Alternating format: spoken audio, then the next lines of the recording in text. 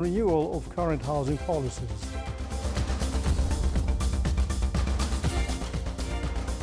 And the National Museum exhibits the original manuscripts by the Omani navigator Ahmed bin Majid from Al-Asad National Library in Syria.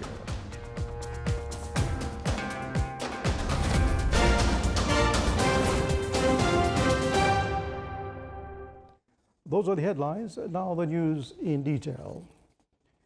His Majesty Sultan Haitham bin Tariq issued 3 royal decrees. Royal Decree number 26 over 2021.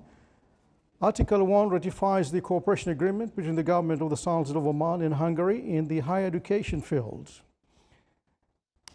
Article 2, this decree shall be published in the official gazette and come into force from the date of its issue. Royal Decree number 27 over 2021, Article 1 ratifies the agreement between the government of the Sultanate of Oman and the Republic of Peru on mutual visa exemption for holders of diplomatic, special and service passports. Article 2, this decree shall be published in the official gazette and comes into force from the date of its issue. Royal Decree number 28 over 21, Article 1 ratifies the agreement between the governments of the Sultanate of Oman and Georgia on mutual visa exemptions for holders of diplomatic, special and service passports. Article 2, this decree shall be published in the official gazette and comes into force from the date of its issue.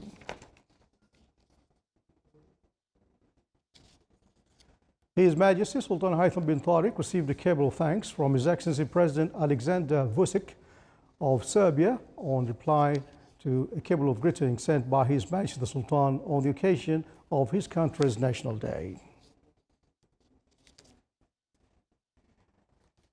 His Highness Sayyid Asad bin Tariq Al Said, Deputy Prime Minister for International Relations and Cooperation Affairs and Special Representative of His Majesty the Sultan, received in his office this morning His Excellency Izzeddin Al Tais, Ambassador of the Republic of Tunisia, accredited to the Sultanate. During the meeting, cordial talks were exchanged and bilateral relations between the Sultanate and the Republic of Tunisia were reviewed. Both sides discussed aspects of enhancing the existing cooperation between them in many fields to serve the common interests of the two countries and their brotherly peoples. The meeting was attended by the Excellencies, the Secretary General, and the 2 advisors of the Office of His Highness.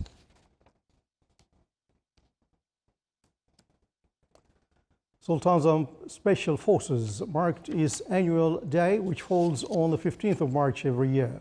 The celebration was presided over by His Excellency General Sultan bin Mohammed Al-Amani, Minister of Royal Office. The chief guest pinned medals of the excellent service and royal recognition to a number of Sultan's Special Force affiliates.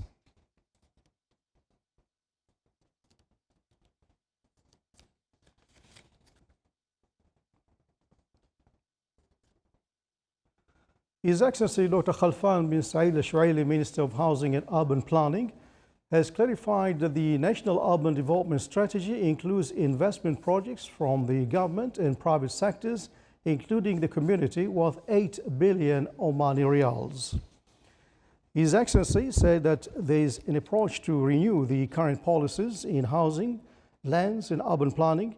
He pointed out that the first draft of real estate development law is complete and the works is in progress to put up the draft law of urban planning.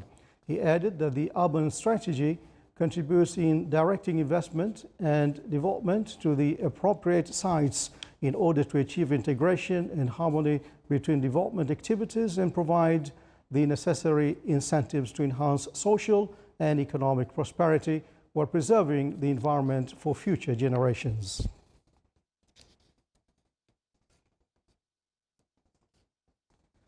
The National Urban Strategy is considered as the basic pillar of the future urbanization in Oman Vision 2040, as it is the spatial frame which allocate all development programs with the integrated, balanced and multi-dimensions aspects. The Ministry of Housing and Urban Planning will start implementing of this strategy through involving concerned bodies and creating plans and standards to follow the implementation of its plan, in addition to promote it widely in the Sultanate, as the Ministry launched a program for 100 days within the comprehensive transformation methodology to promote complementary concept of the institutional community. In numbers, the national strategy generally focused in the increase of population from 2.5 to 3 million and an increase in the national manpower by 32%, in addition to the increase of the total annual GDP by 5% and wider contribution of the direct foreign investment from the GDP by 10%.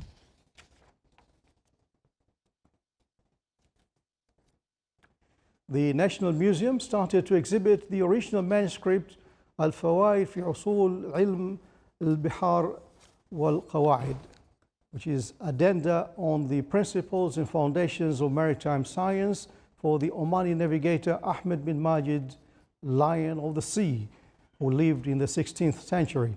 The manuscript is exhibited at the corridors of the Marine History Hall at the museum.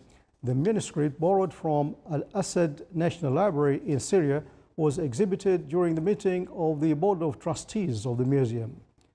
The oldest manuscript of the book is found in St. Petersburg in Russia. The book includes around 350 pages on astronomic measurements, history of navigation from Noah to Ibn Majid's time, lunar mansions, astronomers and geographers, months of the Roman calendar, maritime routes, coastal and high seas routes, measurements of stellar attitudes, best sailing seasons, the compass of rhombus, the Red Sea, policies of the navigator, pilgrimage routes, description of the world's coast and the world's 10 biggest islands. The meeting was chaired by His Excellency Salim bin Mohammed Al-Mahrouqi, Minister of Heritage and Tourism, head of the Board of Trustees of the National Museum.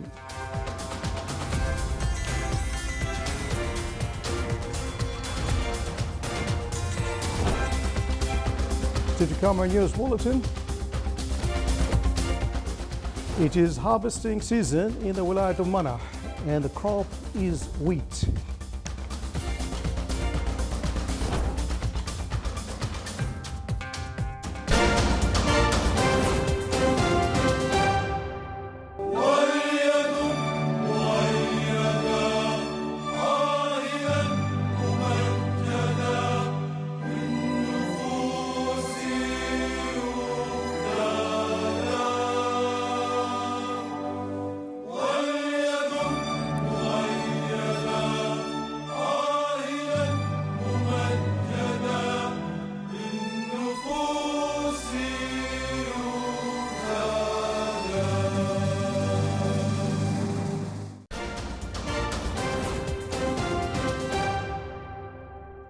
Welcome back to the news from the Sultanate of Oman Television.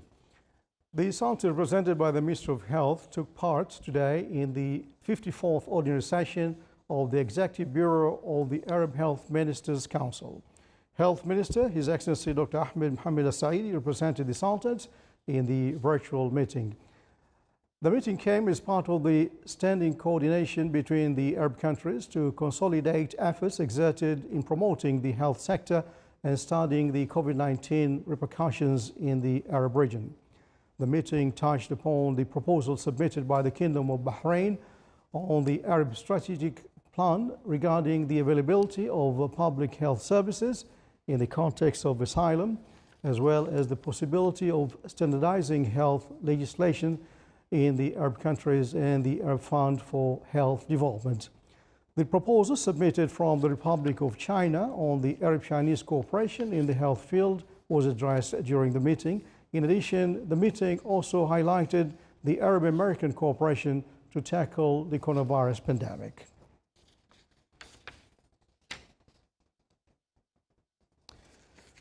The Minister of Health released a statement on the safety of COVID-19 vaccines in the Sultanate. More details in the following report.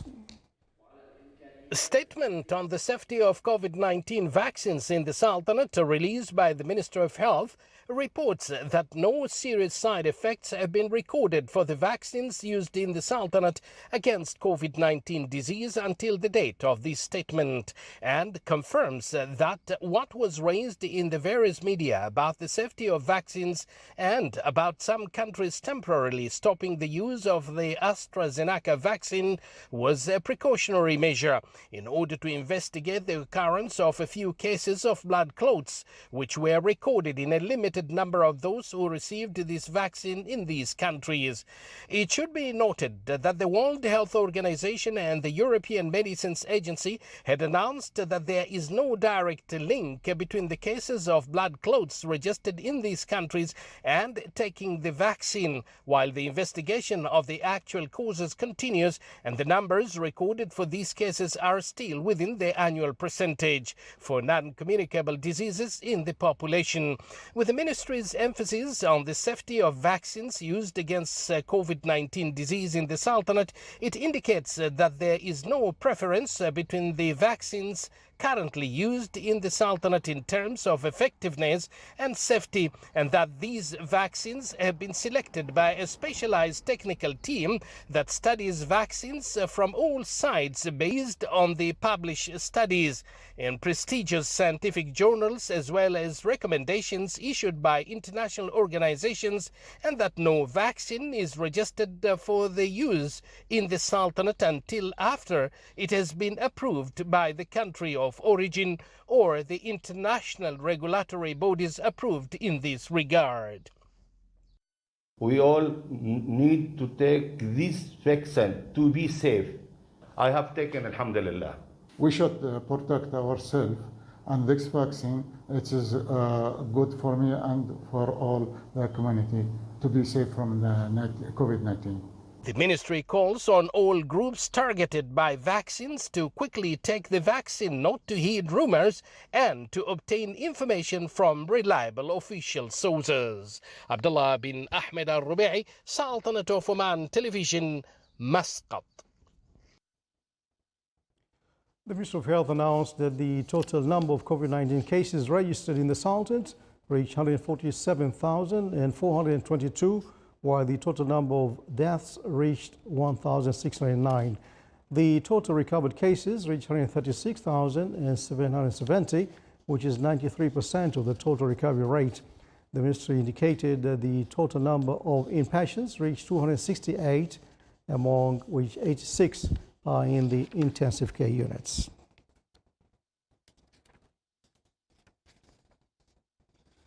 The educational platform Sahel, one of the investments of the Omani Technology Fund, has signed a partnership agreement with Barclays platform, which includes an electronic library that contains many educational resources and more than 2 million high-quality clips under one safe and easy-to-access umbrella.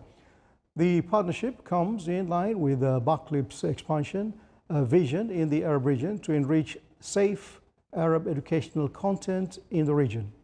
A Sahel educational platform is well proven since its establishment in providing a modern and high quality educational model for the Omani curriculum for grades 5 to 12, and it seeks to launch it regionally and globally.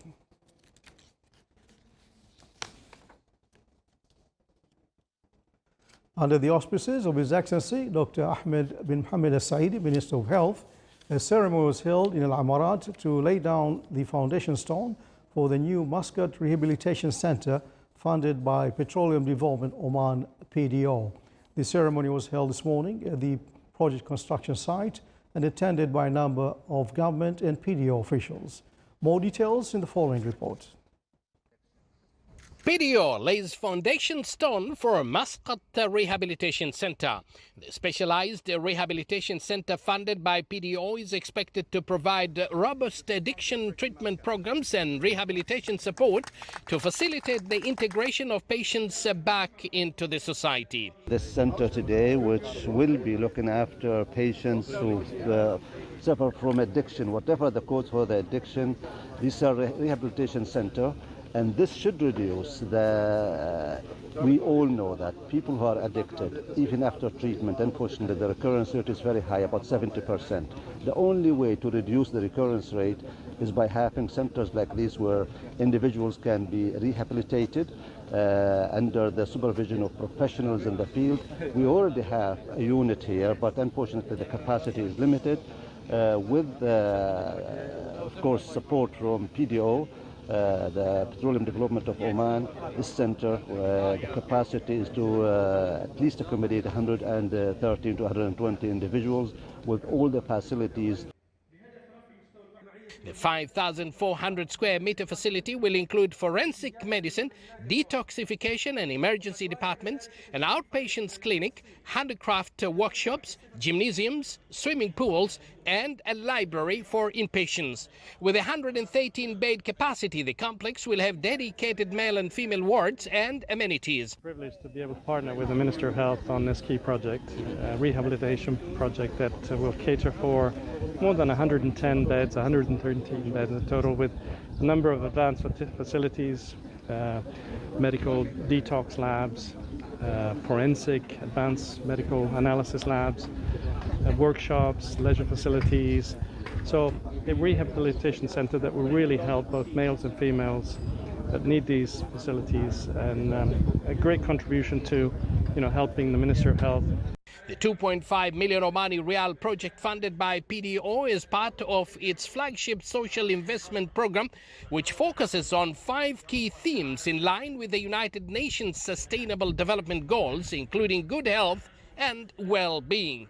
A joint working team from PDO and the Minister of Health has been formed to manage and supervise the building's construction, which is expected to be completed in 2022. The team will use the lean business efficiency methodology pioneered in Oman by PDO to minimize cost and resources and ensure best practices are applied. For PDO, the health sector has always been one of the key priorities, focusing on social investment program, which is in line with the Oman Vision 2040 that aims to create a leading health system adopting global standards. Earlier this year, PDO signed a funding agreement with the Minister of Health to pay for medical equipment for the orthopedics department at Khola Hospital, and another with Sultan Qaboos University Hospital to fund medical equipment for the neonatal intensive care unit, which handles 5,000 baby deliveries a year, including high-risk referrals from different regions. The harvesting of wheat crop has begun in the Wilaya of Manah for the agricultural season, which is considered exceptional compared to the previous seasons due to the abundance of water, increase in cultivated land, and the cultivation of high-yielding varieties of wheat. The cultivated areas for this season reach 230 acres, while the production is expected to reach 250 tons. More details in the following report. The Wilaya of Manah in Al-Dakhiliya Governorate is one of the renowned regions in the Sultanate for the cultivation of wheat, which is considered an essential food crop. These golden wheat spikes have matured and they are ready to be reaped. It's harvest time, so let us get this done.